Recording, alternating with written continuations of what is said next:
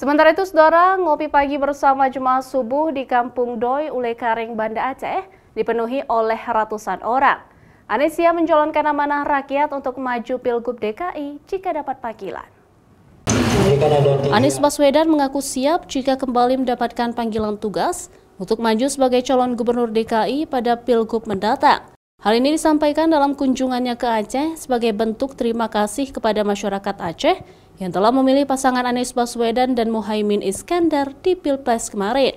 Sejumlah rangkaian agenda dilakukan di Aceh seperti salat Jumat berjamaah dan ngopi bersama warga. Ngopi bersama warga menjadi wadah baru membuka tanya jawab seperti program Desak Anies dianggap paling efektif membangun komunikasi antara pimpinan dan bawahan ke depannya. Untuk saling charging, kami charging semangat perubahan, Mas Anies charging energi untuk lanjut, ya. Tetapi lanjut dalam artian bukan seperti yang dituduh macam-macam. Ini adalah untuk kesehatan, kebangsaan, untuk masa depan kita semua.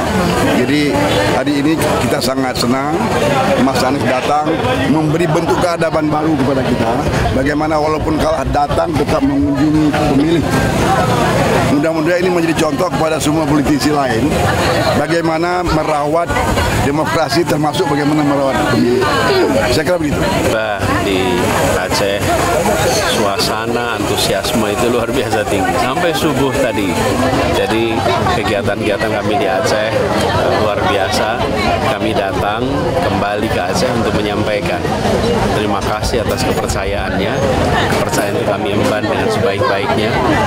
Dan insya Allah perjuangan kita untuk menghadirkan Indonesia yang lebih adil, Indonesia yang lebih setara bagi semuanya akan bisa terwujud.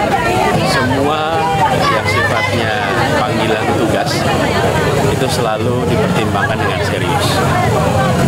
Dan kami pertimbangkan semua panggilan tugas itu dengan serius.